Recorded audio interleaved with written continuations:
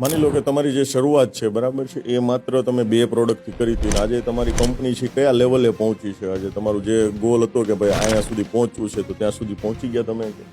શરૂઆત અમે 2 પ્રોડક્ટથી કરી. જ્યારે શરૂઆતના ગોલની વાત કરીએ તો ઘણી વખત આપણે માઇન્ડ ના હોઈએ નહીં, પણ આપણે પરિસ્થિતિ બનાવતી હોય.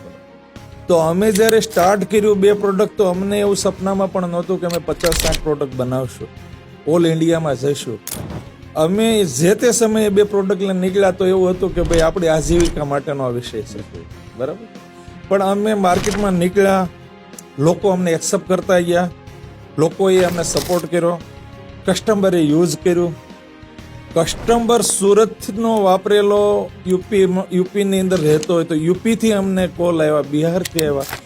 આવી રીતે અમે ડેવલપ કરતા ગયા ને અમને પછી અંદરથી પણ એવું લાગ્યું કે આની અંદર અમે ઘણું બધું કરી શકીએ એમ છે. જો ન કરી શકીએ તો અમારી અનાવડત છે. એટલે અમે એની ઉપર સતત ફોકસ કર્યો અને પછી જે અમારા જીવનના બીજા જે પાર્ટ હતા એ ઓટોમેટિક છૂટી ગયા. એક જ ફોકસ અમારું રહ્યું, ભાઈ અમે કેમ આગળ જઈએ અને અમારી પ્રોડક્ટ લોકો સુધી કેમ પહોંચે. એ જ અમારું એક મંથન રહ્યું. બરાબર.